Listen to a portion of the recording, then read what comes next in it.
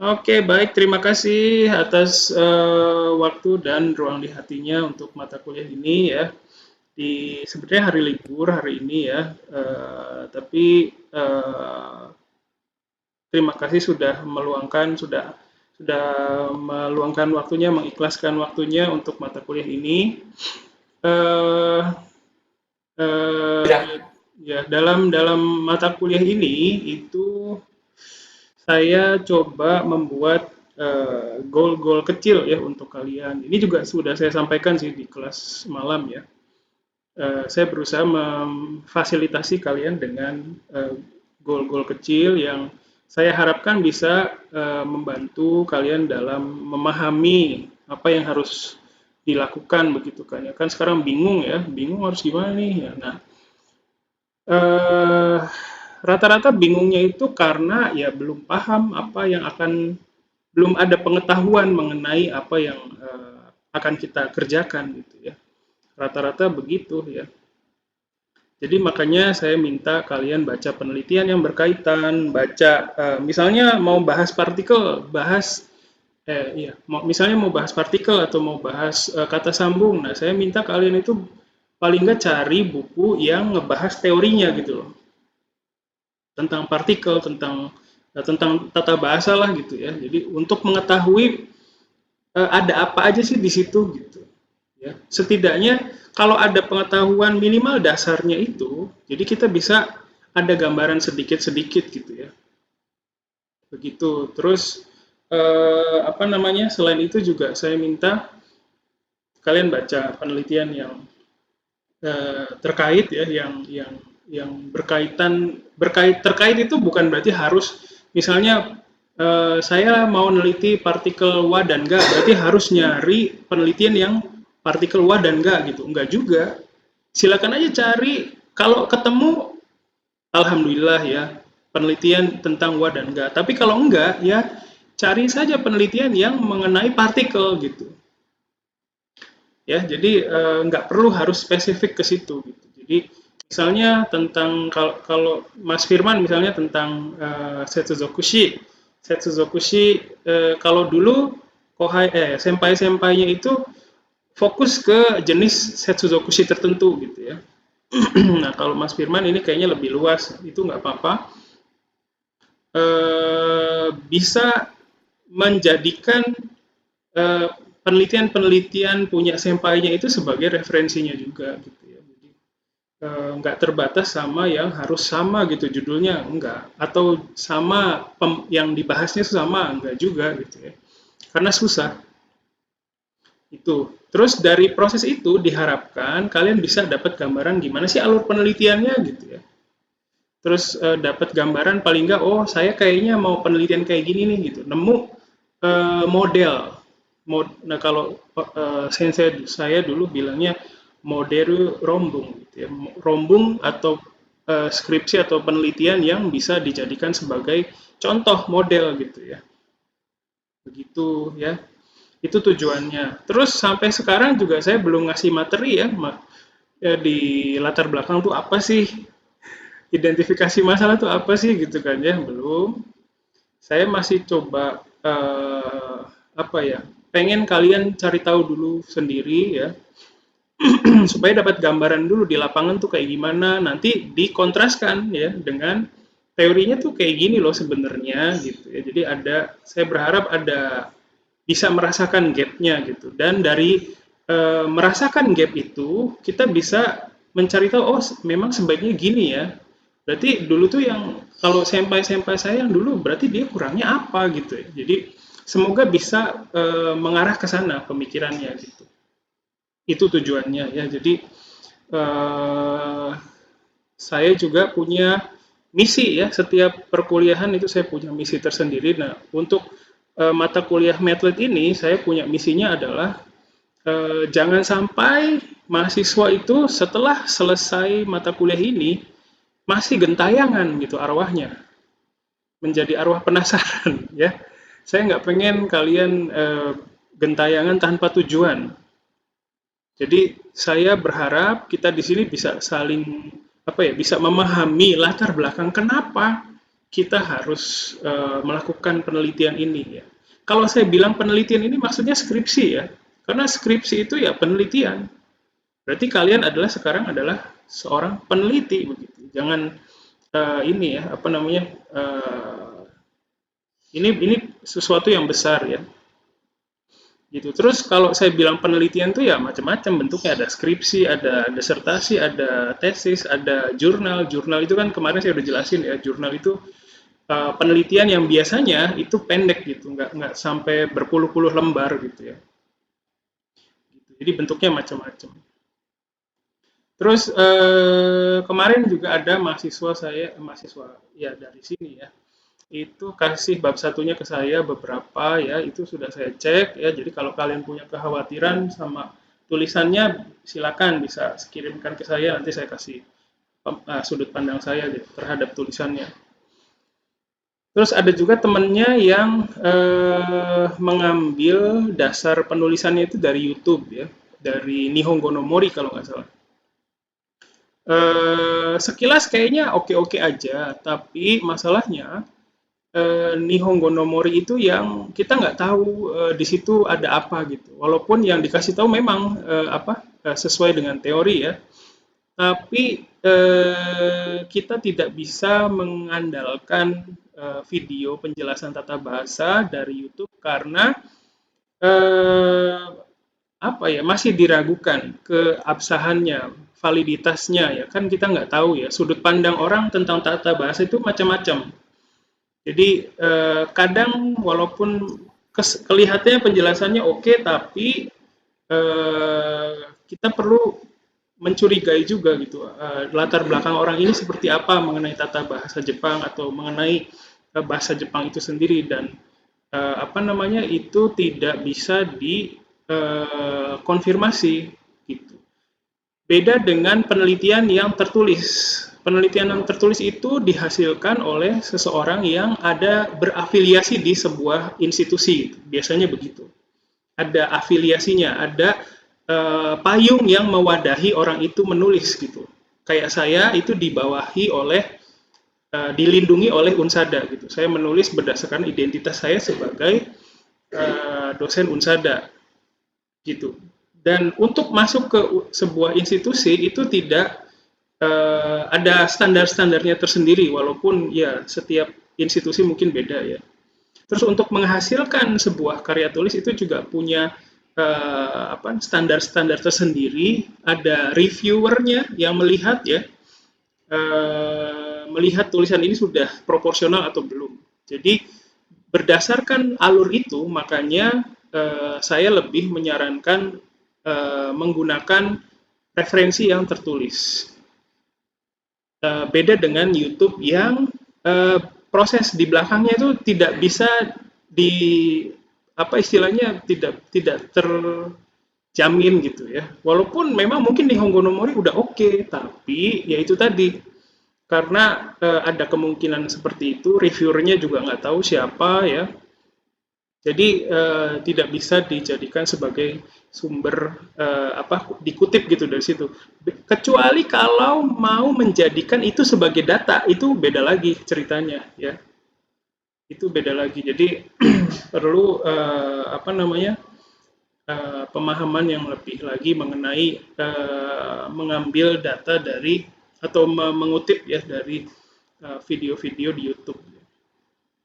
Gitu, jadi yang perlu saya sampaikan. Terus pada saat menulis skripsi itu saya juga pernah menyampaikan bahwa kita harus membedakan mana tulisan kita dan mana tulisan orang lain.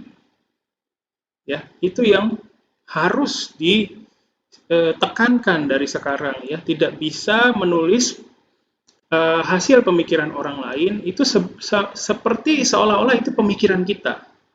Itu tidak bisa seperti itu. Pertama, kalau orangnya aslinya baca, itu pasti akan timbul kekesalan. Ya, kayak misalnya saya pernah lihat video YouTube mengenai bahasa Indonesia, dia tuh ngejelasin tentang nya ya. Dalam bahasa Indonesia itu kan adanya bukunya siapa, terus apa lagi itu? tinggalnya di mana gitu ya. Ada video mengenai itu ya, dibuat sama orang Jepang.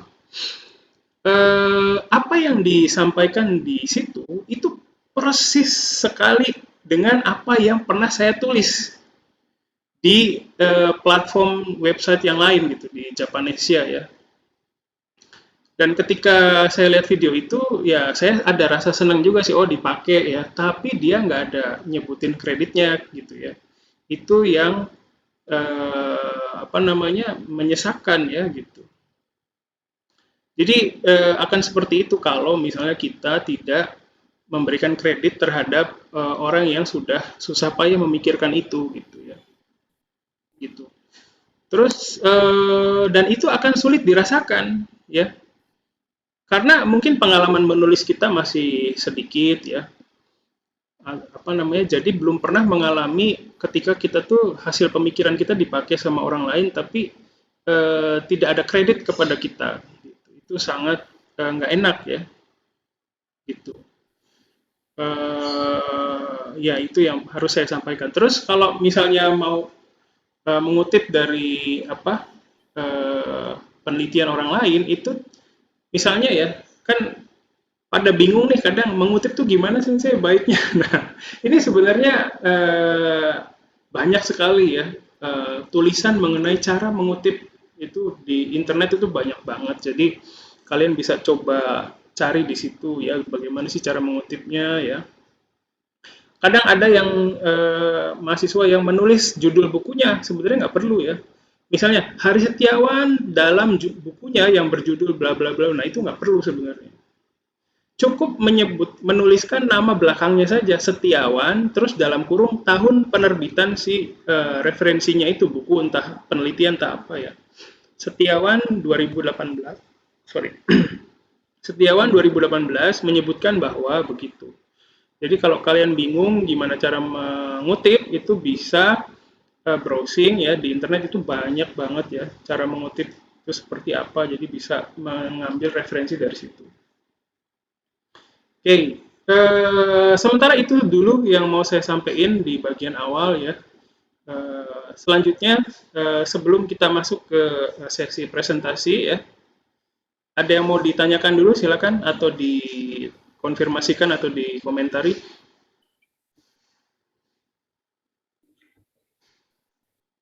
Sensei, Ya, saya kan ngeliat skripsinya Kak Cika ya, Celika. hmm.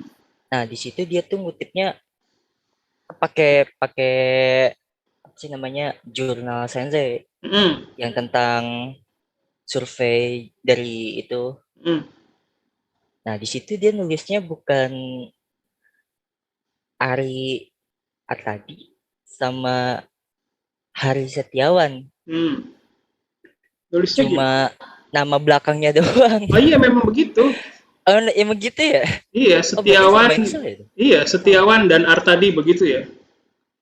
Oh, Iya harus nama memang belakangnya. begitu. Jadi nggak Berarti sama kayak ngisi daftar pustaka ya berarti ya? betul betul. Ya. Daftar Oh, pustaka sih kalau daftar pustaka harus lengkap ya. Beda lagi. hmm, bener lu berarti. Saya Jadi kalau ngikutin. ngutip, misalnya saya ngutip tulisannya Arya Gandhi nih, nanti saya tuliskan Gandhi tahun 2020 menyebutkan bahwa begitu. Hmm, Jadi nggak gini. Seorang peneliti bernama Arya Gandhi menulis buku berjudul ini. Dalam bukunya, nah nggak begitu.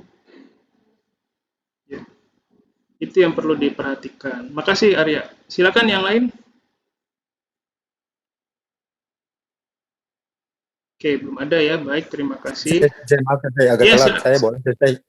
Oke. Saya sebelumnya makasih banget untuk ininya Sensei apa pengecekannya terus Hmm. saran-sarannya. Ya. Tapi ada kendala lagi nih Sensei. Nanti kan Hmm. saya dengan Juanda Sensei itu Hmm. hari Jumat akan ada apa presentasi bab 1. Hmm. Hmm. Hmm. Kan waktunya ini tinggal Rabu, Kamis. Hmm. Jumat jam 10 sudah mulai gitu kan. Hmm. Kan saya revisi Sensei itu lumayan banyak Sensei, ada 16 Hmm. butir yang sudah saya Hmm. lihat. Hmm. Itu kalau seandainya saya tidak sempat gitu Hmm. Sensei, itu tidak apa-apakah saya presentasikan yang ada dulu saja? Iya, nggak apa-apa. Iya. Soalnya terus juga yang apa komentar itu saya hapus juga nggak apa-apa kan Sensei? Silakan, Takutnya nggak apa-apa. nanti nggak apa-apa ya Sensei ya. Takutnya nanti juara Sensei gimana gitu Sensei. Oh, nggak apa-apa kan kamu lagi ngikutin Madlit sama saya. Nggak apa-apa. Iya gitu Sensei. Benar. Ya jadi saya mohon izin dulu gitu sama Sensei. Boleh, Sensei. boleh silakan. Bilang Ya. aja sebenarnya gini loh, nggak perlu disumput-sumputin. Maksudnya, sorry kalau saya salah pengertian ya. Jadi kalau Adam Ya nanti Sensei. mau cerita, mau presentasi, nggak apa-apa lagi apa namanya saya juga ikut medlit seminar sama Hari Sensei gitu terus dapat apa istilahnya advice juga dapat masukan juga gitu nggak apa-apa seperti itu.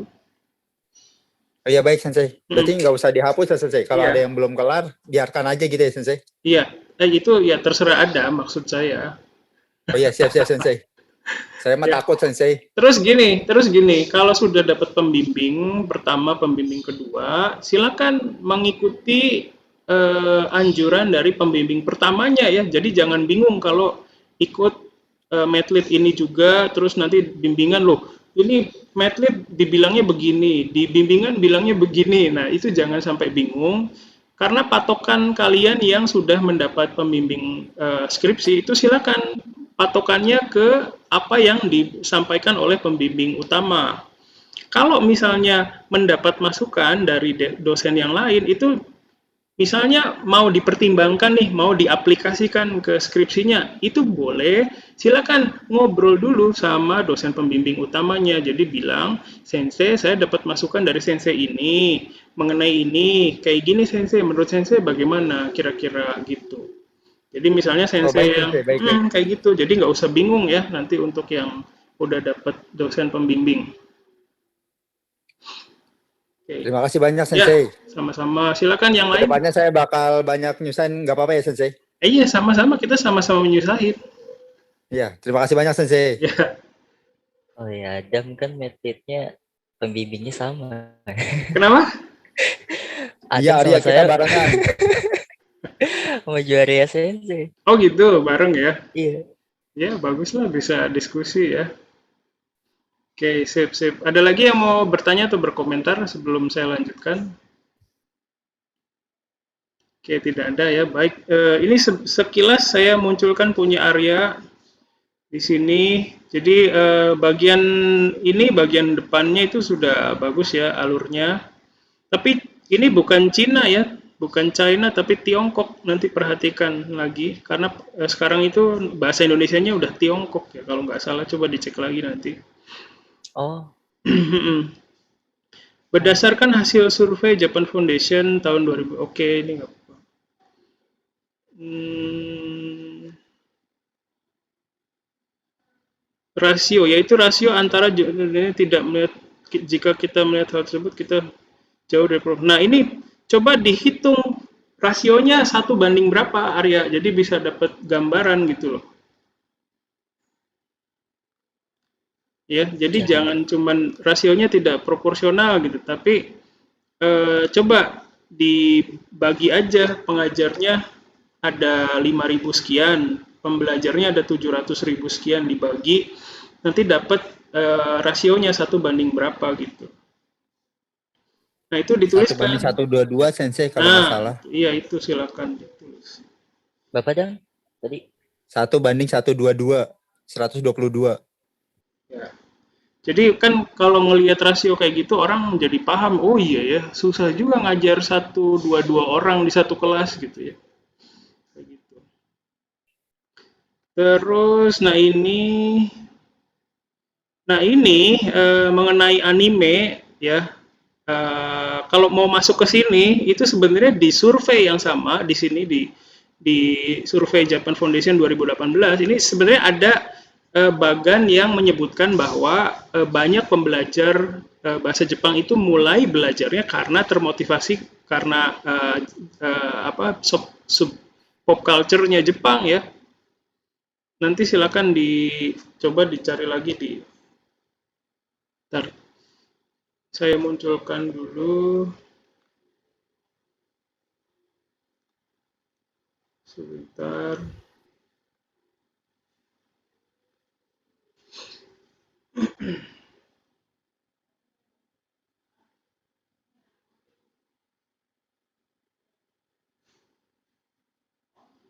Oke, sudah kelihatan? Sudah. Nanti kalau kalian lihat ke bawah itu bisa lihat di di sini nih. Jadi ini bisa kalian lihat ya kalau cek di sini. Ini all education stages di segala jenis ya tingkat pendidikan. Tapi kalau kalian mau lihat sebenarnya di Indonesia itu banyak yang di secondary education. Orang-orang Indonesia di sini tuh banyak banget. Jadi di SMA gitu ya, SMA itu banyak banget. Jadi apa namanya, ciri khas pembelajar bahasa Jepang di Indonesia itu banyak yang berasal dari anak-anak SMA gitu. Jadi terserah mau pakai yang mana, tapi kalian bisa fokus ke sini nih lihat nih. Secondary. Di sini ada nih bagian ini. Jadi banyak pembelajar bahasa Jepang yang termotivasi belajar bahasa Jepang itu karena pop culture gitu. Jadi kalau Arya mau nulis yang tadi itu bisa berdasarkan ini sebenarnya. Berdasarkan survei yang sama disebutkan bahwa banyak pembelajar kan gitu. Di bawah ini adalah grafik yang menunjukkan hal tersebut. Dimunculin grafik ini, terus dijelasin lagi di bawahnya. Berdasarkan grafik di atas, kita bisa melihat bahwa kan gitu. Ya. Udah dapat gambarannya, Arya? Iya, saya juga dapat sumber yang saya tulis tadi tuh dari jurnal yang ngebahas ini juga sih, Sensei. Oh iya, jadi Dari ini juga. iya, jadi sekarang nggak perlu ngutip dari jurnal itu ya, bisa ngambil dari sumber aslinya gitu. Oke. Ya, ini belum jadi nggak apa-apa. Ya, makasih Arya. Kira-kira begitu masukan dari saya sementara ini. Berarti kayaknya tinggal dikasih gitu ya kali ya, tabel ya. Ya, bisa. Oke, terus kalau kalian yang mau presentasi itu kalau terutama sama pembimbing utamanya itu seadanya dulu boleh. Nanti ke depannya mau ngapain, nah itu bisa dijabarkan juga ya. Jadi nggak mesti yang sekarang udah jadi itu kayak gimana gitu, enggak. Tapi ke depannya mau ngapain gitu. Jadi apa yang belum selesai di bagian-bagian ini gitu. Jadi bisa cerita seperti itu juga ya. Oke, baik. Ada lagi yang mau bertanya atau berkomentar? Oke, tidak ada sepertinya ya. Baik, kalau begitu kita langsung saja masuk ke sesi presentasi apa yang sudah kalian kerjakan selama berarti sudah 3 minggu ya. Nah, kira-kira sebenarnya ini saya bukan minta kalian bikin satu rencana penelitian kalian kayak gimana, bukan. Apa sih? Kalau syukur-syukur kalau udah jadi seperti itu boleh, tapi mempresentasikan apa yang sudah saya lakukan 3 minggu ini juga boleh. Sampai sekarang kan kalian sudah menyelesaikan tugas pertama kan? Nah, untuk presentasi hari ini sebenarnya bisa menggunakan apa yang sudah kalian kerjakan di tugas pertama tadi ya, sebenarnya begitu. Ya, gitu. Nah, kenapa dalam bentuk PPT? Kenapa saya minta bentuk PPT? Karena berharap dengan mengerjakan PPT itu kalian punya waktu untuk menyusun apa saja yang sudah saya lakukan. Jadi kalau kita mengimplementasikan, mencurahkan ya, menumpahkan apa yang sudah kita lakukan dalam bentuk yang berbeda ya, dalam bentuk formal seperti PPT itu mungkin ya akan merasakan pencapaian sedikit-sedikit gitu ya. Jadi itu yang saya harapkan. Jadi kalau misalnya hanya presentasi secara oral aja cerita ya udah ngapain aja minggu ini misalnya saya tanya gitu. Ya sensei saya udah ngunduh-ngunduh gitu ya. Terus tapi belum saya baca sensei gimana ya gitu. Nah itu juga nggak apa-apa, hanya saja tidak ada itu rasanya pasti beda gitu. Berbeda ketika kita harus menyusun sebuah PPT kan berarti kita harus menumpahkan, mencurahkan kerangka pemikiran kita seperti apa kan ya. Jadi saya berharap kalian dengan tugas yang kedua ini punya momen seperti itu gitu ya. Itu salah satu goal kecil yang saya saya bikin sebagai sebuah fasilitas buat kalian. Ya, jadi itu tujuannya. Nah, sekarang siapa yang sudah siap untuk presentasi? Saya bukan itu, saya bukan perencanaan, Sensei. Tapi apa materi yang saya dapat itu Ya, Sensei nggak dari apa-apa. penulisan. Seperti itu nggak apa-apa. Ada lagi yang mau ada yang mau menyampaikan keraguan-raguannya, silakan boleh. Nah iya Sensei. Saya sangat ragu Sensei. Ragu gimana? Beneran. Iya, gini Sensei, sebetulnya agak malu sih ngomongnya karena teman-teman ngelihat udah pada ada yang udah selesai bab 1, ada yang udah sebar angket. Saya judul aja masih belum yakin Sensei. Iya.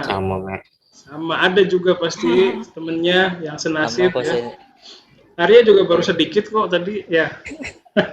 Udah mantep itu. Judul juga itu sebenarnya masih belum mantep sih. Jadi gini, jadi kalau banyak sih sebenarnya mahasiswa yang fokus ke judul ya. Sebenarnya judul itu urusan belakangan kalau saya sih ya. Tapi apa yang mau kita bahas sebenarnya? Mungkin kelihatannya kayak nyari judul ya, tapi bukan itu. Judul itu nanti bisa berubah. Kadang kita belum ngerti apa yang mau kita kerjain gitu sekarang, nggak apa-apa. Tapi tapi nanti dengan goal-goal kecil yang saya siapkan ya, semoga itu bisa mengerucutkan gitu kalian ke satu titik gitu ya. Gitu. Jadi kalau judul itu jangan terlalu jangan terlalu fokus ke situ, boleh sih cari gitu ya, tapi jangan sampai terlalu ini karena nanti bisa berubah kemungkinan ya. Kadang di bimbingan saya juga begitu, ada beberapa mahasiswa yang akhirnya harus merubah judul ketika mau sidang gitu. Kayaknya nih isinya nggak sesuai deh gitu ya. Diskusi sama saya, terus akhirnya ya dirubah judulnya, nggak apa-apa. Tuh. Ya, jadi kalau masih dalam kondisi bingung, itu kayaknya sampai kalian selesai skripsi pun masih selalu bingung soalnya. Ya, gitu. Bingung kenapa bisa selesai ya Sensei? Salah satunya itu. Tapi ya banyak sih yang pasti selalu dalam kondisi khawatir ya. Saya pikir itu selalu akan ada di belakang kita ya. Oke.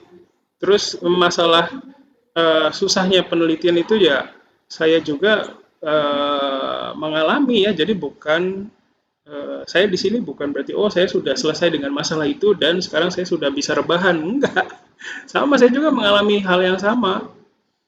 Kayak kemarin kan saya pernah nunjukin nggak yang penuh dengan tanda merah-merah komentar dari reviewer? Pernah kayaknya? Belum Sensei. Oh, belum ya? Masa sih? Belum. Belum ya? Sebentar saya tunjukin ya. Jadi kalau kalian pikir dosen-dosen itu udah pengalaman ada, tapi bukan berarti membuat kami itu jadi peneliti yang canggih banget tanpa bisa disentuh gitu ya. Enggak juga. Sebentar saya tunjukin ya.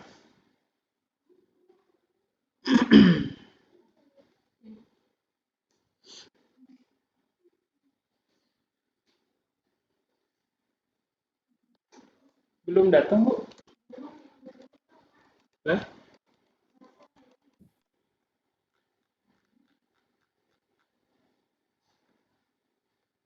Sebentar.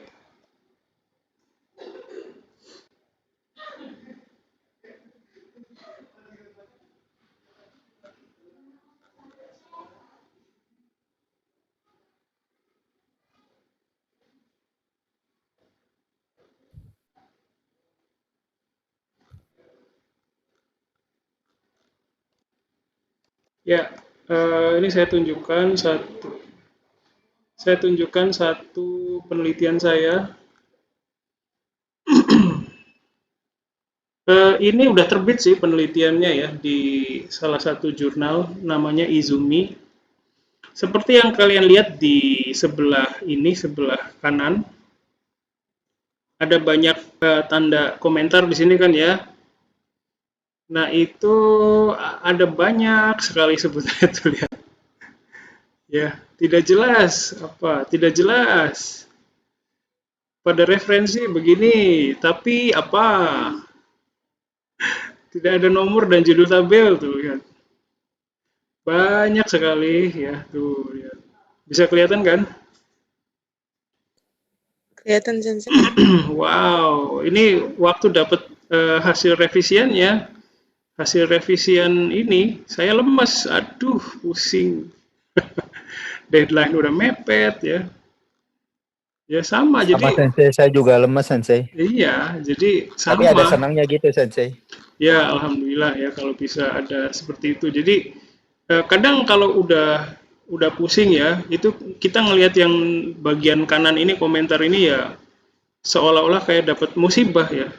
Tapi sebenarnya ya orang ini mencoba menolong kita sebenarnya ya untuk menghasilkan sebuah karya ilmiah yang lebih baik gitu ya. Jadi kadang kalau udah saya merasa pusing dan nggak bisa berpikir positif ya udah saya tutup dulu. Kadang ya saya tutup dulu terus eh, di hari H ketika saya dapat ini tuh ya saya udah ngelihat gini udah capek udah tutup aja close gitu ya. Terus hari berikutnya saya buka lagi dan saya coba kerjakan satu-satu ini yang di request tuh apa gitu. Satu-satu saya kerjakan ya dan akhirnya ya bisa saya submit ulang dan bisa terbit gitu apa penelitian ya gitu ya. Jadi apa namanya ya kita harus bisa mengelola mental kita ya. Bukan berarti saya udah ahli ya, tapi ya saya juga masih berusaha gitu sama kayak kalian. Ya, jadi wajar yang dapat komentar-komentar itu yang udah peneliti yang udah mahir pun ya sama dapat pasti dapat komentar gitu loh. Nggak mungkin nggak akan dapat gitu, nggak mungkin bersih itu nggak mungkin susah kayaknya. Karena setiap penelitian itu pasti ada celahnya gitu. Jadi ketika kita berharap itu tidak ada celahnya, mungkin itu kesalahan pertama yang kita lakukan gitu loh. Ya, berharap kita nggak ada yang kita bisa menulis sempurna gitu. Mungkin harapan itu yang dari awal mesti kita uh, ambisi untuk membuat sesuatu yang baik itu oke, tapi untuk membuat sesuatu yang sempurna itu susah kan, ya, nggak mungkin. Jadi marilah kita berpikir bahwa wajar bahwa penelitian kita tuh akan dikomentari itu wajar. Kalau kita bisa berpikir seperti itu, kalau kita bisa berpikir bahwa masukan yang kita dapat itu adalah bantuan dari setiap orang itu ya untuk membuat penelitian kita jadi lebih baik, itu waktu dapatnya tuh jadi lebih senang ya. Kenapa saya bilang begini? Karena dulu saya pernah berpikir bahwa itu tuh kayak musibah gitu loh. Tapi setelah lama-lama, oh ya itu sebenarnya anugerah ya, bukan musibah. Orang itu care sama apa yang kita tulis gitu loh, ngebaca gitu. Jadi sekarang juga saya berusaha berpikir seperti itu. Dan semoga kalian juga bisa ya. Jadi kalau misalnya udah capek ngelihat itu komentarnya, aduh pusing banget, kesel gitu ya. Mendingan di close dulu, minum kopi dulu, minum yang manis-manis, mungkin siapa tahu bisa bisa memulihkan ya.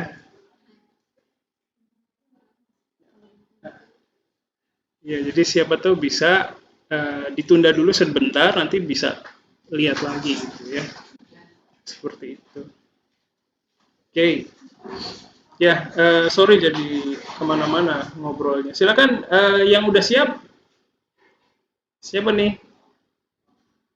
Saya coba deh Sensei. Oke, Adam, silakan Adam.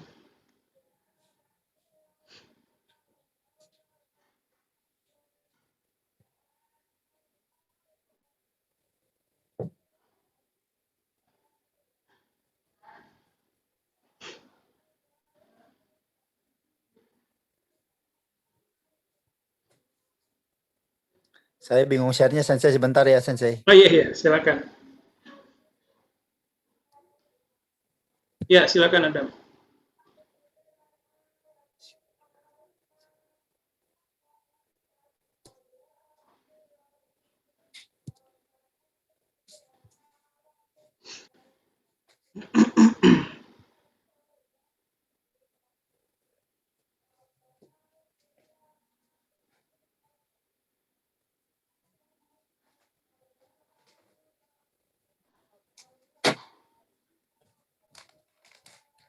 Mungkin Sensei kalau ada yang lain mau duluan nggak apa-apa Sensei. Saya bingung pakai HP gimana share Oh, ininya, oke. share screen-nya. Ada yang mau duluan? Mungkin Saya Sensei. boleh silakan, Mercy. Soalnya kalau belakangan udah malu. Jangan gitu. Nggak begitu bagus soalnya isinya Sensei, beneran deh. Ya, paham sih. Saya paham insecurity itu ya, kekhawatiran itu. Tapi saya pikir nggak bagus juga sih memandang rendah hasil kerja sendiri ya.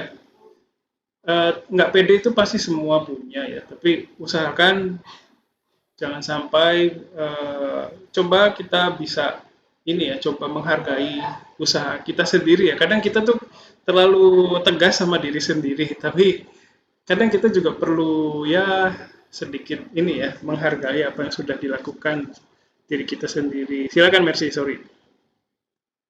Iya, terima kasih banyak Sensei. Jadi saya hari ini presentasi mengenai rencana penelitian apa ya, Shinchoku Jokyo kali ya.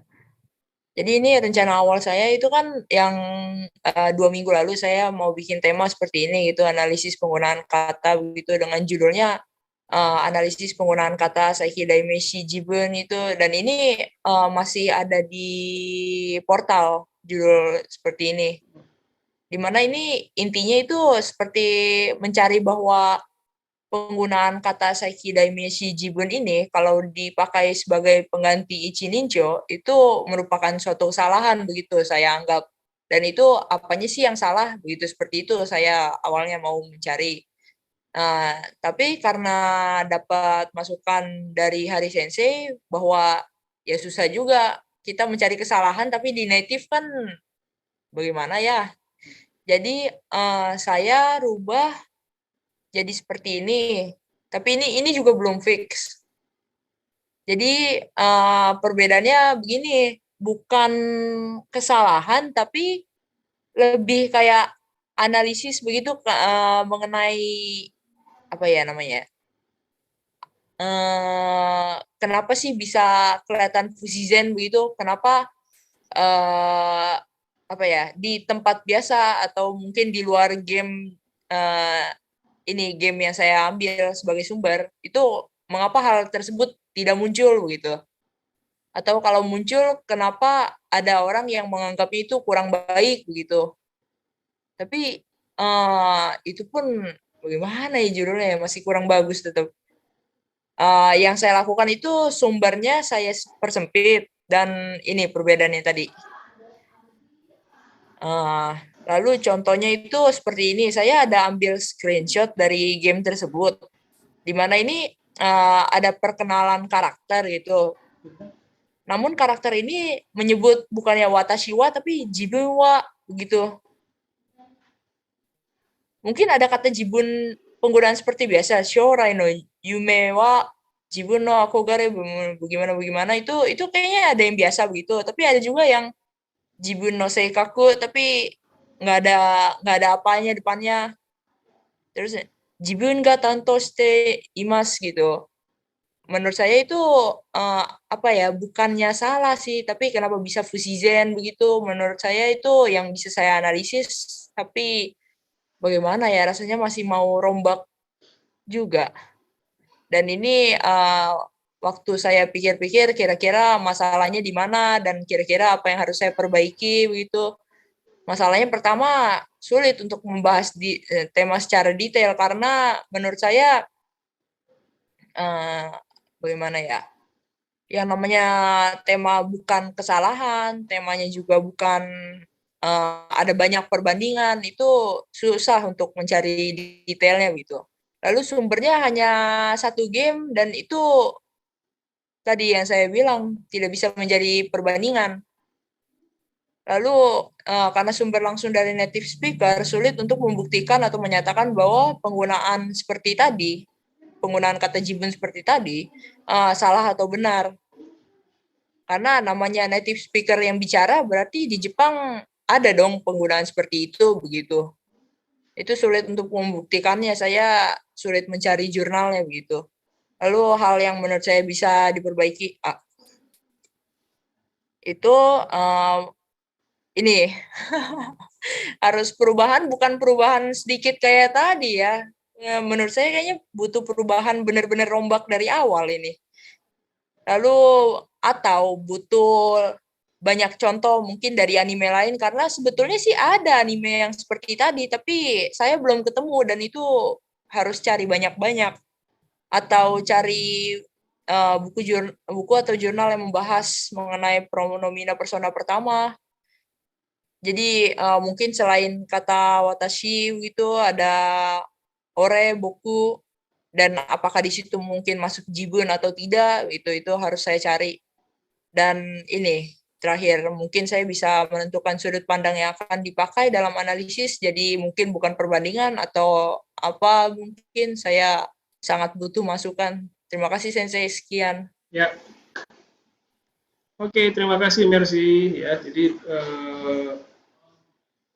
bisa menyampaikan keresahan, kekhawatiran kita itu juga satu hal yang bagus ya. Jadi kadang kalau kita lagi punya keresahan, kekhawatiran terus kita curhat kan plong ya. Jadi di kuliah ini tuh saya berharap bisa jadi momen seperti itu gitu. Jadi nggak mesti harus ada udah jadi apa gitu ya. Apa aja yang ada dikeluarkan aja dulu gitu ya. Kita kadang nggak bisa menyusun dengan rapi gitu. Kadang mesti berantakan dulu.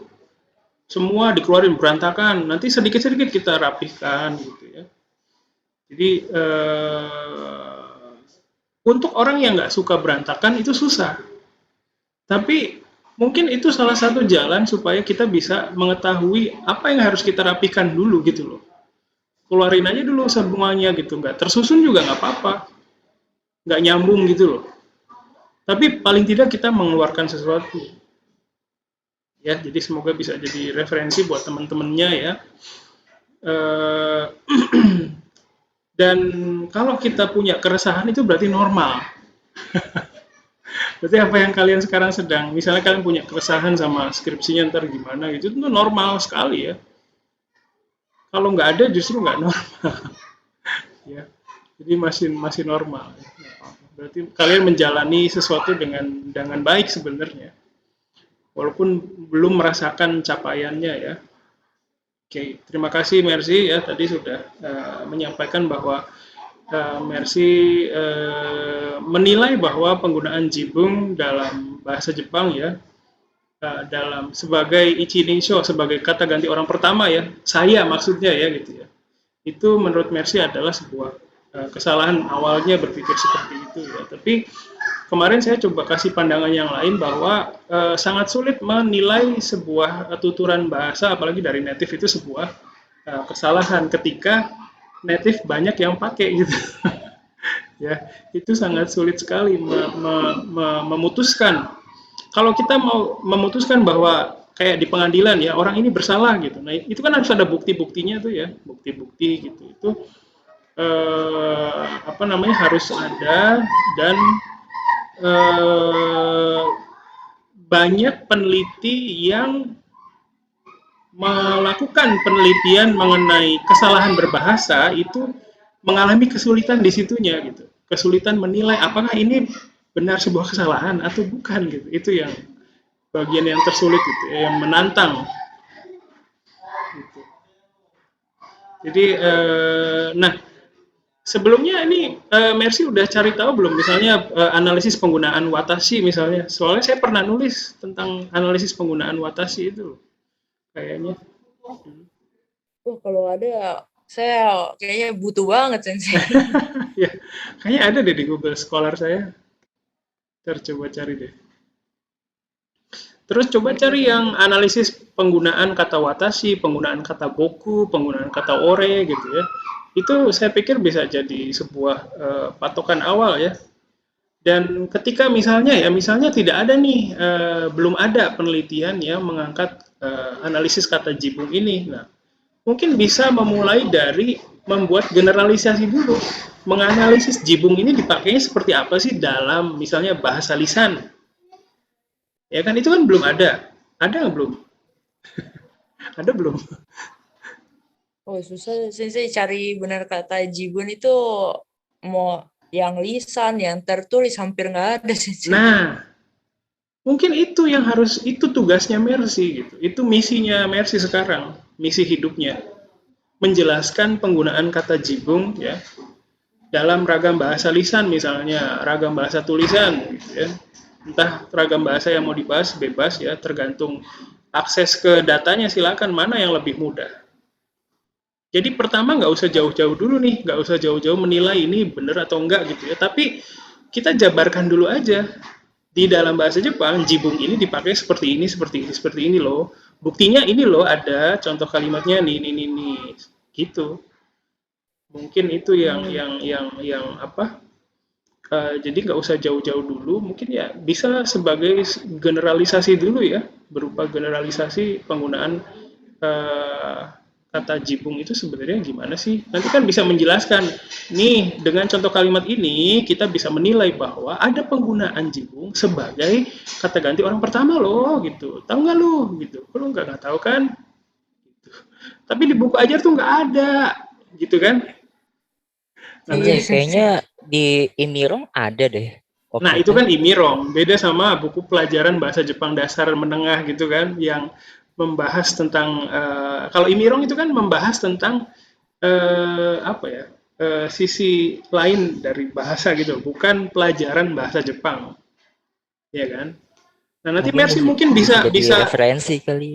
jadi Mercy nih kasih contoh nih ada loh penggunaan jibung itu sebagai kata ganti orang pertama. Nah, tapi di buku tuh nggak ada gitu. Saya udah lihat, udah observasi loh. Nah, itu diobservasi buku ajar dari buku Mina 1, Mina 2 ya. New Approach yang kalian pakai aja untuk belajar bahasa Jepang. Dan di situ nggak ada, tapi dalam kenyataannya ada loh. Ya, digunakan loh. Tapi penelitian yang mengenai itu tuh belum ada. Yang belum ada yang buku yang menjelaskan itu secara rinci. Makanya saya mau jelasin lewat skripsi ini gitu. Oh, baiklah Sensei. Tapi Sensei, saya ingin bertanya, begini, kalau misalnya saya mencari bukti, maksudnya ada loh penggunaan seperti ini, tapi saya ambilnya ternyata misalnya dari itu, entah anime, entah game, itu kan orang bisa balas kayak, wah itu kan hanya di game, itu kan Enggak hanya juga. di anime gitu, itu nggak realistis, orang Jepang beneran tidak ada yang pakai seperti itu gitu. Oke. Ya, berarti kita harus cari bukti yang mendekati realistis. Penggunaan yang Malah real. di Twitter Gitu. begitu, Sensei. Boleh banget itu. Kan ada banyak kita bisa ngambil, bisa data mining dari situ. Mungkin bisa coba pakai korpus online aja, Mer. Tuh, bisa apa? Pakai korpus online. Kayak gua, Mer. Nah, tuh, korpus online. Korpus Ya, online. belum saya jelasin sih mengenai korpus ini. Ya, jadi ada namanya korpus ya, korpus online. Korpus ini intinya kumpulan kata-kata, kumpulan kalimat gitu. Tapi dalam bentuk online bisa diakses. Tapi sekarang saya nggak tahu bisa diakses atau enggak. Lagi ada perbaikan soalnya. Nanti saya coba. Masih bisa sih. Masih bisa ya, oke. Nah, nanti mungkin nanti kalau ada kesempatan saya tunjukkan, nanti saya kasih linknya ya. Atau Haikal bisa kasih linknya nanti di WhatsApp grup ya. Oh, boleh. Oke, nah di dalam korpus ini yang yang aksesibel, yang mudah diakses itu adalah korpus kumpulan kalimat dari bahasa Jepang ragam tulisan.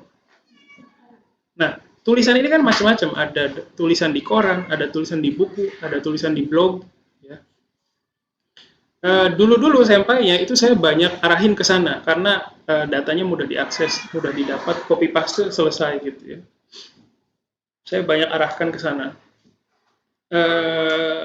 Dan ada yang ngebahas tentang fenomena satu ekspresi bahasa Jepang di koran, ada juga yang ngebahas tentang fenomena satu ekspresi atau fenomena yang ada di ragam bahasa di blog. Mungkin Mercy bisa ngambil dari blog ya, karena blog ini walaupun dia tertulis, tapi punya tingkat kebebasan menulis yang tinggi sekali, bebas dia. Jadi lebih cenderung ke lisan yang tertulis gitu. Jadi karakternya itu punya kedekatan ke bahasa lisan, karena dia bebas banget, dia ada emoji segala macam gitu ya. Seperti itu, jadi mungkin bisa dipertimbangkan nanti ya. Kayak gitu. Ya, jadi kalau kalian punya kekhawatiran, kalau saya ngambil dari anime itu takutnya dibilang itu nggak real gitu ya. Nah, makanya Udah saya kirim sensei linknya. Oke, makasih Haikal. Terus kita harus bisa, makanya saya pernah kasih tahu bahwa ketika kalian mengambil data dari anime, dari komik, itu kita harus bisa menggambarkan sisi kebahasaan dari komik atau anime atau novel tersebut gitu. Ada percakapan seperti apa sih yang banyak di situ?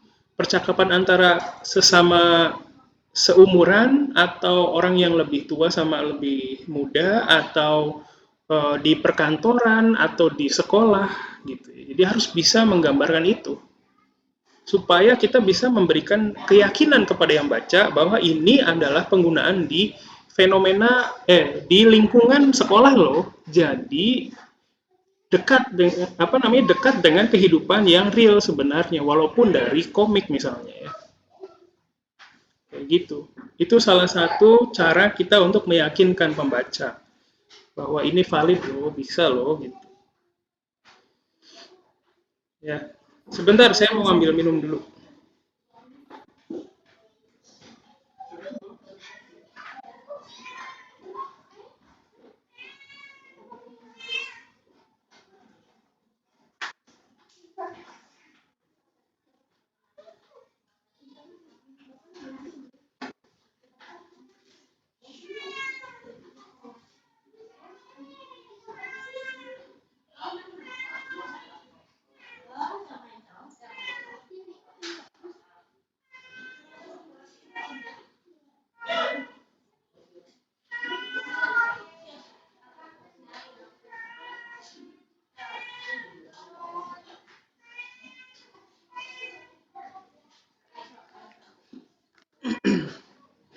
Ya, maaf.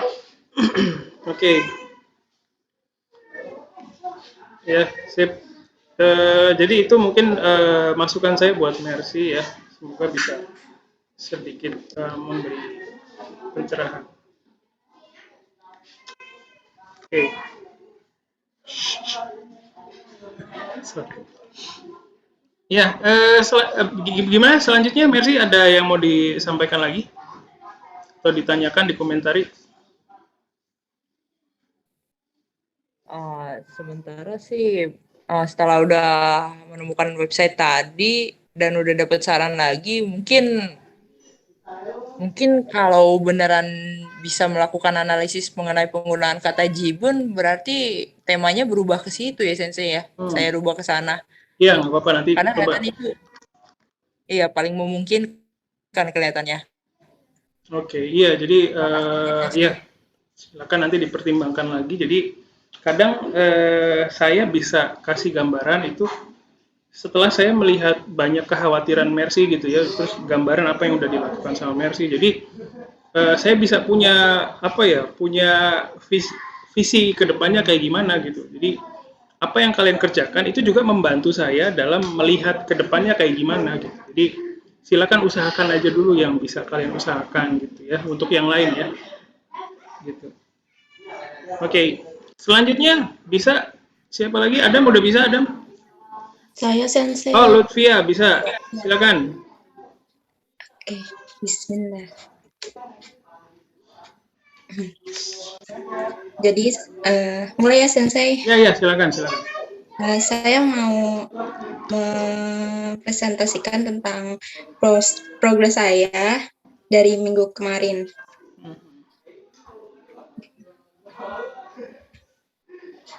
Nah, jadi ini merupakan rencana penelitian saya. Jadi tema yang saya minati itu adalah tentang modalitas, terutama modalitas keinginan yaitu Ganbo. Itu tentang pola Tehoshi, Tai sama Tagaru. Lalu rencana penulisan saya itu ini rencananya ingin meneliti struktur dan makna modalitas Ganbo.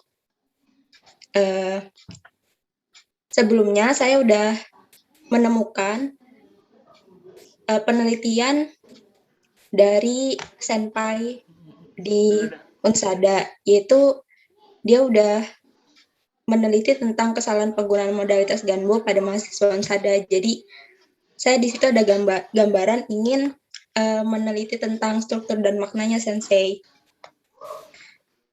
Terus di sini ada metodenya. Ini juga masih rencananya sih, masih ngawang-ngawang.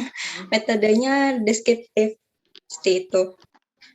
Terus di sini saya udah mengikuti saran sensei untuk menguruti apa saja yang sudah saya baca dan saya download. Dan di sini saya klasifikasi gitu. Ada penulis, tahun publikasi, data, dan metodenya. Nah, ini merupakan jurnal yang saya dapatkan, dan yang saya tanda itu yang baru saya baca beberapa hari sebelumnya. Dan di sini ada hasil pembelajaran saya. Hasil yang saya dapatkan selama pertemuan 2 minggu ini yaitu mendownload dan mencari jurnal yang berhubungan dengan modalitas, mau itu modalitas Ganbo dan sebagainya.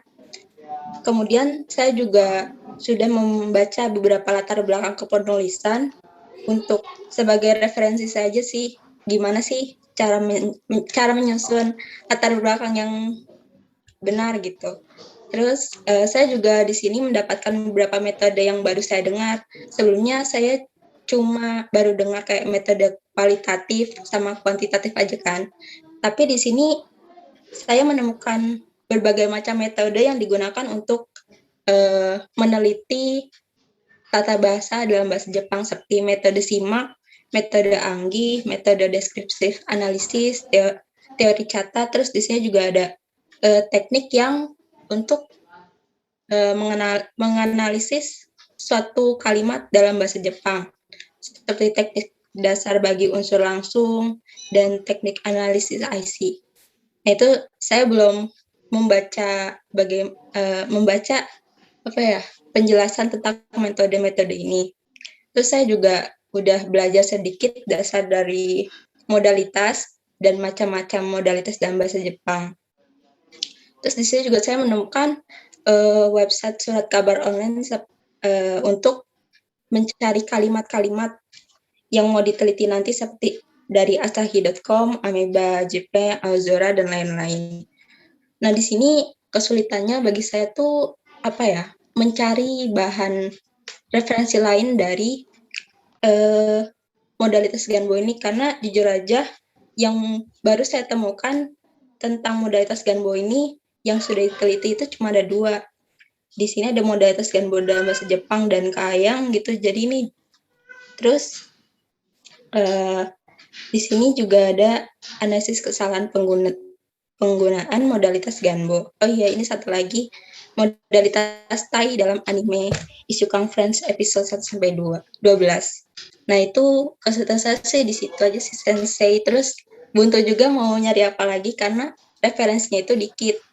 Mungkin kalau misalkan untuk mencari modalitas yang lain itu masih banyak. Cuma yang saya butuhin di sini itu kayak ini sih, yang Tehoshi, Tai sama Tagaru aja gitu. Udah kayak gitu aja sensei. Ya. Mungkin ada sedikit masukan dari sensei. Ya, oke. Makasih Lutfia. Dipanggilnya apa? Lutfia atau Fitri? Iya, sensei. Lutfia, ya. Oke. Sip, terima kasih. Kan dikasih makan sama? Kasih makan. Sorry, ada kucing menginvasi rumah. Iya, makasih Lutfia ya. Jadi, iya, kayaknya saya pernah entah membimbing atau apa gitu ya. Ada memang mahasiswa Unsada yang menuliskan itu ya, menulis tentang modalitas Gambo itu. Sebentar, saya cari tahu dulu ya. Di mana ya? Saya pernah lihat itu.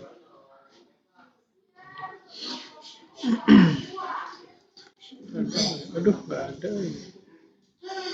Siapa ya? Iya, nanti coba saya cari tahu lagi deh. Tapi ada ya, pernah ya lihat ya yang analisis kesalahan ya. Iya, Sensei. Oke. Ya, itu ide saya dari situ sih. Ya, jadi mungkin ini kan sebenarnya yang mengenai modalitas ini banyak ya, cukup jadi tema yang tren sebenarnya, tema yang populer maksud saya. Banyak ngebahas tentang ini, entah di novel, entah di mana gitu ya. Mungkin salah satu PR ya yang perlu dilakukan itu nyari tahu selama ini penelitian itu pakai datanya berupa kalimat kan pasti ya, berupa kalimat, tapi kalimatnya dari mana? Mungkin itu perlu dilihat ya, perlu dirunut lagi gitu. Jadi kita bisa tahu selama ini peneliti-peneliti yang udah melakukan penelitian nyari tahu mengenai modalitas itu, khususnya modalitas Gambo tadi ya, itu banyak pakai kalimat dari mana gitu. Siapa tahu dari situ bisa menemukan titik yang belum istilahnya belum dikerjakan sama orang lain gitu. Mungkin seperti itu. Ya. Terus tadi prosesnya pembelajaran terhadap penelitian-penelitian yang terkait itu udah bagus sekali ya, udah menyusun coba gitu ya. Kadang memang itu yang cuman bisa kita lakukan ya, kadang sedikit-sedikit gitu ya, nggak bisa ngerasain apa capaiannya gitu itu, dan merasa resah karena itu ya, itu paham banget sih. Tapi kadang ya kita harus bisa puas dulu, sementara itu dulu yang kita dapat, nanti kita cari lagi ya, kita ngobrol seperti ini terus dapat masukan baru gitu. Terus dari setiap penelitian yang kita baca itu pasti kan, kalau syukur-syukur bisa akses ke referensinya ya. Jadi bisa ngelihat buku apa saja, referensi apa saja yang sudah pernah dibaca sama si penulis tadi gitu. Seperti itu. Ya, jadi mungkin kalau ada masukan dari temennya yang lain silakan bisa bercerita juga, bisa ngasih pendapat mungkin.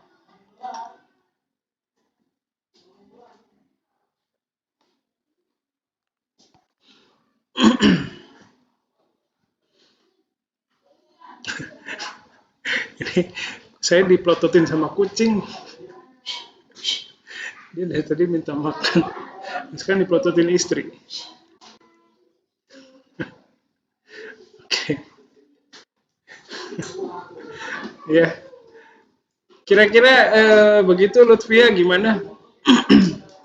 Sensei, Ya. kalau misalkan kita nih udah baca itu kan referensi daftar pustaka dari si penulis itu. Nah, terus kita itu bisa nggak sih Sensei kita jadiin samain gitu bahannya atau? Boleh banget.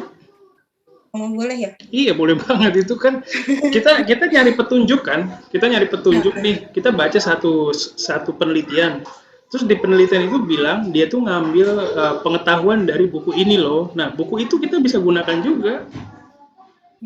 Jadi bukan berarti nggak boleh, jangan berpikir seperti itu, silakan. Saya tuh kepikirannya takut plagiat gitu, Sensei kan? Bukan begitu. Kalau plagiat tuh intinya ya copy paste tulisannya orang ke tulisan kita gitu. Gitu. Baik, Sensei. Ya. Terima kasih Sensei masukannya. Ya, sama-sama. Ya, jadi santai aja, bisa kok kayak gitu. Sensei. Ya, silakan. Tapi kalau seandainya melakukan hal itu, kan kita dapat petunjuknya dari penelitian tersebut. Penelitian tersebut wajib dicantumkan atau nggak usah juga nggak apa-apa? Kalau kita mengutip dari penelitian apa yang ditulis di penelitian itu, pendapat si penulisnya, itu kita harus cantumkan. Tapi kalau misalnya kita mau menggunakan pemikiran peneliti lain yang dikutip sama penelitian yang kita baca. Aduh, bingung juga. Misalnya gini, ntar saya tunjukin tadi ya penelitian saya. Sebentar. Sensei kayak mata kuliahnya harus 2 jam deh minimal, Sensei. Iya, ini udah jam 2 nih. Bentar. Nah, gini. Nah. Ya. Jadi misalnya di sini kan ada nih. Di sini saya mengutip dari penelitiannya Noda Sensei. Nah, ketika kalian mau mengutip hal yang sama, mengutip apa yang dibilang sama Noda Sensei ini, yang bisa kalian lakukan pertama adalah mencari bukunya ini atau mencari penelitiannya di jurnal, di Google Scholar ya, penelitian yang ditulis oleh Noda Sensei.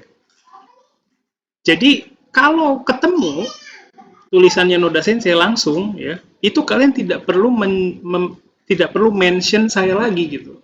Ini kan penelitian saya nih sekarang. Tapi kalau Noda Sensei itu tulisannya dia, yang langsung ditulis sama dia, nggak ketemu, dan kalian diposisikan harus mengutip dari penelitian saya ini, itu berarti kalian harus mention saya. Noda 2001 dalam Setiawan 2020 menyebutkan bahwa begitu. Ya, bisa clear ya di situ ya. Kira-kira bisa Sensei. Bisa ya? Iya. Oke. Berarti cari amannya mending mention aja, Sensei ya? Ya, tapi ya yang paling disarankan adalah menemukan penelitiannya langsung yang ditulis sama orang tersebut gitu. Kalau misalnya nggak ketemu, bisa hubungi saya, nanti siapa tahu saya bisa carikan atau gimana gitu. Ya, seperti itu. Ada lagi yang mau dikonfirmasikan atau dikomentari?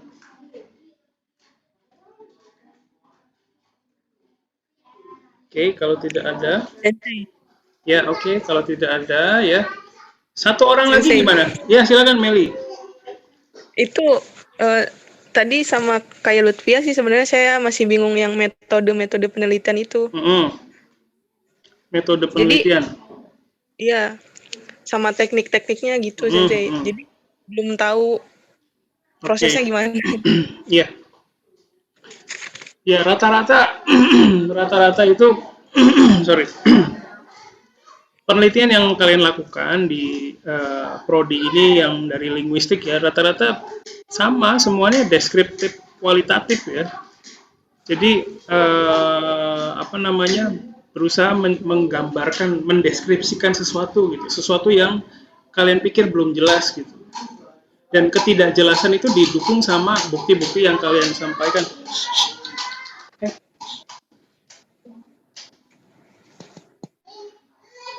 Sorry, kucingnya masuk. Ya, jadi rata-rata sih deskriptif kualitatif. Terus untuk metode pengumpulan datanya, nah itu ada lagi. Kalau metode pengumpulan data itu kan ada ada angket, ada wawancara, ada studi literatur ya, macam-macam. Jadi sebenarnya saya punya banyak sih bukunya, ada di ada banyak bukunya di kampus ya. Kalau itu bisa saya pinjamkan sih sebenarnya. Boleh Sensei. Ya, silakan, nanti bisa datang ke kampus, nanti saya pinjamkan. Ya. Oke. Ya, jadi ya sebenarnya nanti ada pelajaran yang mengenai itu juga sih, belum saya munculin aja nanti. Ya, nanti saya mungkin PDF-nya dulu ya, saya kasih kali supaya dapat gambaran ya. Baik Sensei. Oke, sip. Ada lagi silakan. Presentasi Sensei. Presentasi mau satu lagi ya? Boleh deh. Ya, boleh deh. Silakan. Satu lagi aja. Kelihatan Sensei. Oke.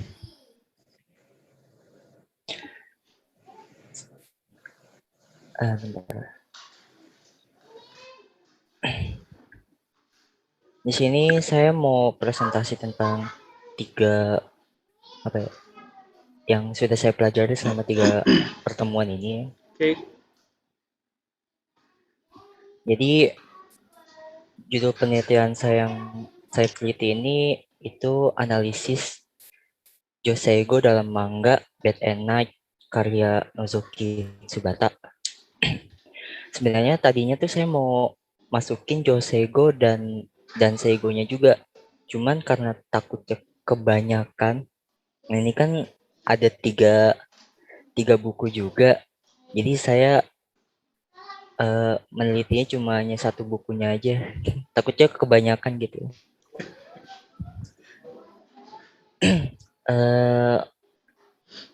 Mungkin langsung ini kali ya. Nah, saya sudah mencari tentang penelitian relevan. Sekitarnya ada 3 penelitian yang menelitinya sama gitu. Nah, di sini saya yang saya pelajari itu mereka semuanya memakai metode penelitian tuh yang semuanya berbeda-beda gitu. Nah, yang sini saya ngambil 1 yang relevan aja sama saya gitu dari komik. Jadi pengumpulan apa ya, mana ya itu? Kepustakaan gitu. Kepustakaan untuk menganalisis data yang dibahas. Jadi ngumpulin buku-buku referensi tentang linguistik dan berkaitan dengan yang saya teliti juga. Terus yang kedua, semua yang saya cari ini, yang 3-3-nya ini, rata-rata mereka ngejelasin tentang penggunaan Joseigo dan Seigo, terus ciri-ciri dari Danseigo Joseigo-nya juga, dan Shujoshi dari Joseigo dan Danseigo. Nah, di sini kan karena saya juga menelitinya tentang yang sama, nah jadi saya bingung untuk buat perbedaannya tuh apa.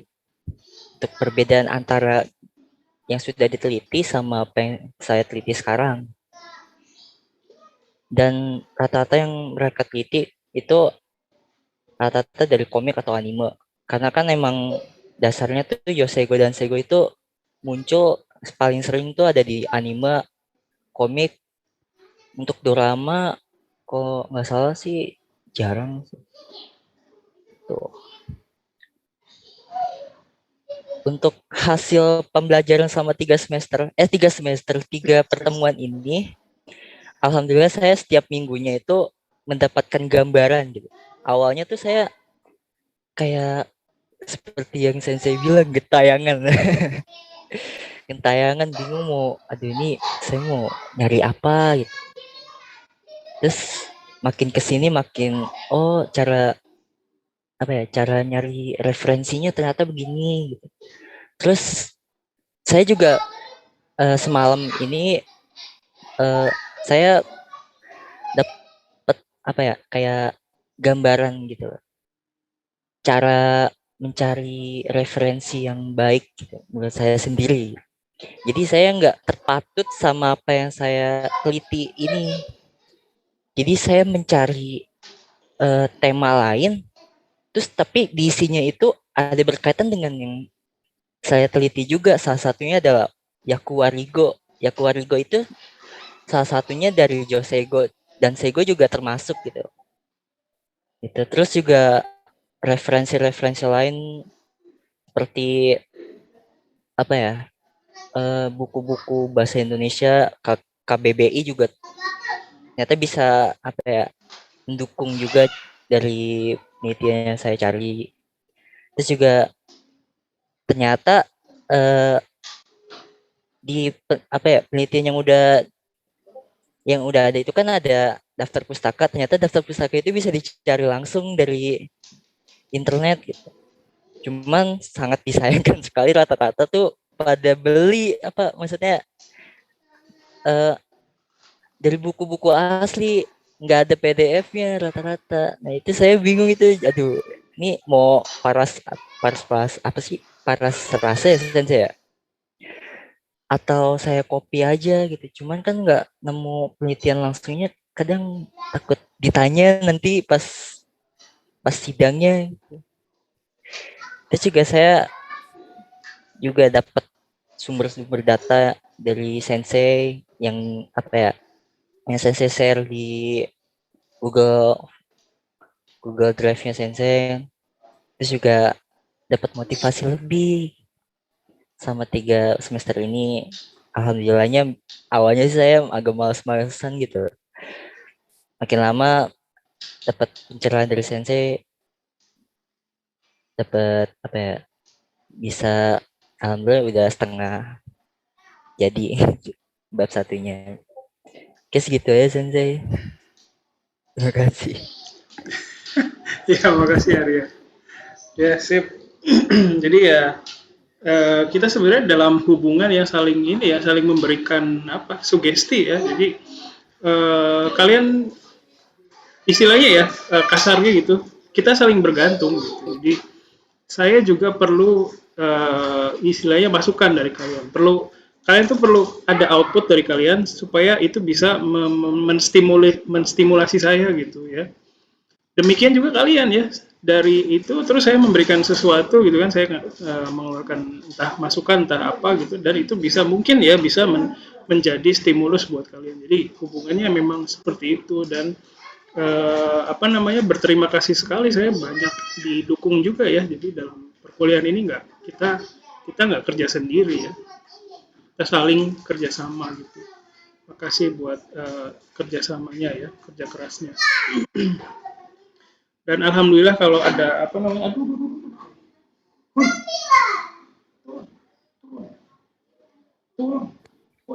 Kayaknya mau kuliah kali Sensei. Dia naikin ini ke paket nyambung, astaga. Sorry ya.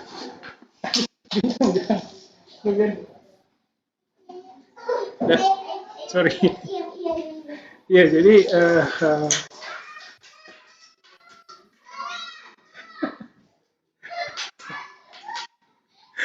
sorry. Aduh. Kucing itu sederhana banget ya. Mainan sekecil gitu dia bisa bahagia gitu. Senangnya jadi kucing. Ya, untuk Arya pertama tadi kan ada ini ya, dapat kendala apa yang dibaca itu kayaknya serupa gitu ya. Di sana dulu Bin, main ya Bin. Ya jadi itu datanya kan berupa apa itu? Berupa kalimat atau yang pasti kalimat sih ya. Kalimatnya dari mana itu yang mungkin perlu diperjelas lagi.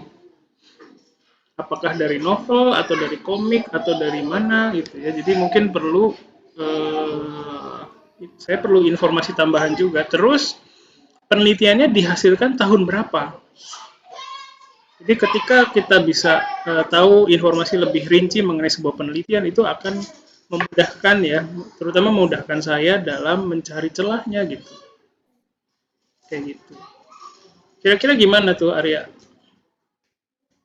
Datanya kebanyakan dari mana tuh? Bentar saya coba. Oh belum jauh. Belum baca sampai sih. Bacanya 2017. Oh oke. 2018, 2020. Nah kita cari tahu nih kalimatnya dapat dari mana mereka untuk menganalisis datanya dari mana? Yang 2017 ini dari komik. Oke. Komiknya apa tuh? Skiuta itu komik seperti apa?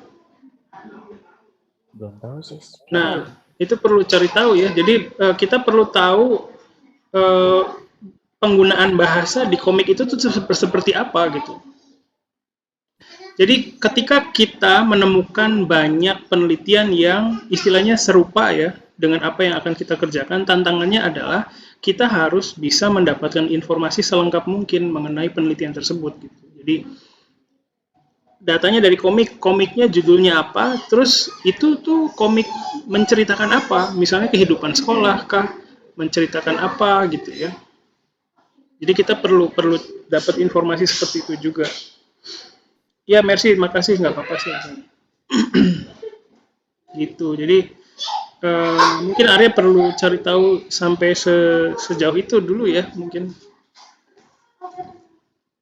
Tentang komik yang mereka teliti. Betul. Jadi kan sekarang Arya mau pakai komik juga nih. Nah, supaya bisa memunculkan originalitasnya Arya, itu kita perlu informasi mengenai komik-komik apa saja yang sudah digunakan di penelitian sebelumnya gitu. Atau kalau tidak menggunakan komik sebagai sumber datanya, tapi ya harus tahu sumber datanya dari mana. Oh ya, Senpai juga ada yang neliti, cuman satu doang sih. Cuman dia membahas tentang penyimpangan gitu sih. Penyimpangan ya, oke. Tentang dari komik apa gitu. Apa fairy tale kok nggak salah. Oh, oke. Penggunaan Dansego pada tokoh wanita kali ya? Kok nggak salah, lupa download. Download cuman bab satunya doang, judulnya tuh, judul lengkapnya lupa saya catat. Oke. Ya, jadi itu yang harus dilengkapi. Maksudnya informasinya saya perlu informasi yang lebih gitu, supaya bisa kasih masukan lagi yang lebih rinci. Ya, jadi kadang pertama kita perlu tahu tahunnya, kapan penelitian itu dipublish gitu ya. Kadang ada juga penelitian yang udah lama banget nih. Bahasa kan berubah ya, dan siapa tahu dengan meneliti sekarang itu bisa menghasilkan, bisa menemukan fenomena yang lain gitu di bidang yang sama gitu. Jadi kenapa saya minta informasi mengenai kapan penelitian itu dibuat, dipublikasikan gitu. Seperti itu ya. Terus mengenai jumlah komik yang akan digunakan, tadi kan ada 3, tapi Arya 1 aja gitu ya. Takut kebanyakan. Kenapa Santai? Ya, jadi kan tadi datanya ada 3 komik ya. Ada 3 penelitian, bukan 3 komik. Oh, maksudnya yang dari buku yang saya teliti ini, dia ada 3 volume. Ada 3 volume ya. Tadi Arya bilang mau pakai 1 aja gitu ya. Takut kebanyakan. Itu sih sebenarnya saya disaranin sama Senpai sih. Iya, tapi iya nggak apa-apa. Tapi bilangnya nggak bisa seperti itu. Takut kebanyakan, nah nggak bisa bilang seperti itu. Jadi ini juga buat yang lain ya. Buat yang lain, ketika kalian menentukan jumlah data yang akan dianalisis, itu nggak bisa menentukan angka gitu loh. Misalnya 10 data aja, 20 data aja, nanti akan ditanya dari mana keluar angka itu gitu. Kenapa mesti 20 misalnya? Arya ada 3 nih bukunya, 3 volume, kenapa cuma 1? Nanti akan ditanya begitu. Menjebak juga ya. Dan misalnya takut kebanyakan ya, itu nggak logis, itu bukan jawaban yang bagus lah gitu ya intinya. Yang perlu kita lakukan adalah membuat timeline, lini waktu. Jadi kita batasi waktu untuk mengekstrak data dari komik itu ya. Berapa lama yang kita butuhkan? Misalnya 1 bulan, 1 minggu untuk ekstrak data, 1 minggu untuk merapihkan, 1 minggu untuk mengklasifikasikan, 1 minggu lagi untuk menganalisis misalnya. Nanti dari waktu itu berapa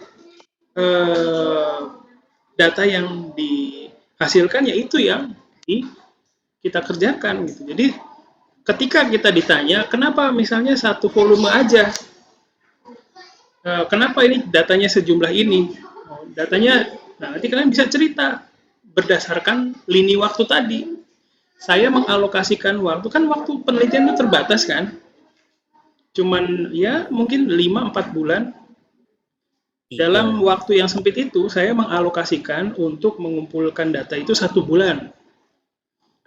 1 bulan ini saya bagi menjadi 4. Ekstrak data, merapihkan, klasifikasi, dan analisis. Dari situ, dari proses itu, muncullah sejumlah data ini yang bisa saya tindak lanjuti begitu.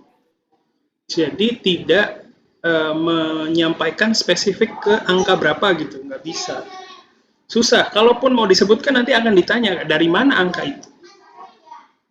Itu maksudnya cara ekstra data terus yang gitu-gitu gimana sih tuh Kenapa? caranya tuh? Kan ini kan saya dari komik kan ya. Itu ekstra datanya itu Ekstraknya ya bagaimana? kamu, ini kan ada yang mau diambil kan dari situ kalimatnya ya. Misalkan contoh kalimat satu Iya. dari dialog Ditulis itu. di Excel Mhm. volume, nomor, ada nomor, ada volume, dari volume berapa area ambil data, halaman berapa, kalimat, itu dialognya siapa, lawan bicaranya siapa,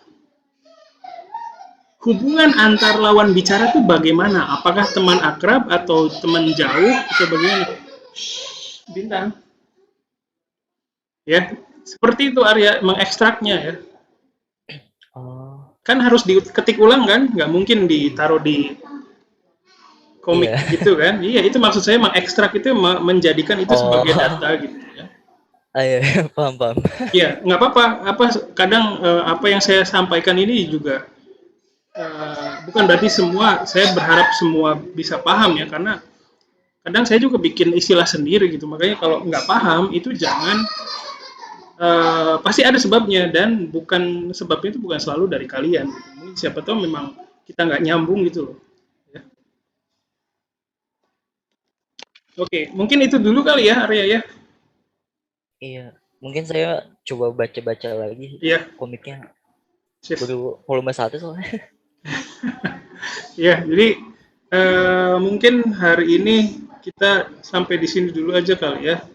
Jadi saya berharap dari momen ini mahasiswa yang lain juga bisa mendapatkan pencerahan ya.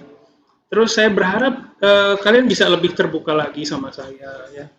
Bisa lebih banyak bercerita lagi. Siapa tahu dengan bercerita, mengeluarkan unek-uneknya, itu saya bisa dapat stimulus juga buat memberikan sesuatu lagi kepada kalian. Kita timbal balik gitu. Kalau dari saya terus itu susah. Sulit untuk dapat stimulus buat kalian gitu. Jadi saya berharap bisa begitu ya. Terus dan harapan saya mata kuliah ini bisa menjadi tempat kalian numpahin kesulitan ya, apa yang sedang dihadapi kendala ya, bisa cerita seperti itu. Jadi dengan kondisi perkuliahan yang seperti itu, saya berharap bisa mewujudkan mencapai ya hasil yang maksimal ya. Oke. Sebelum saya tutup, ada yang mau disampaikan dulu?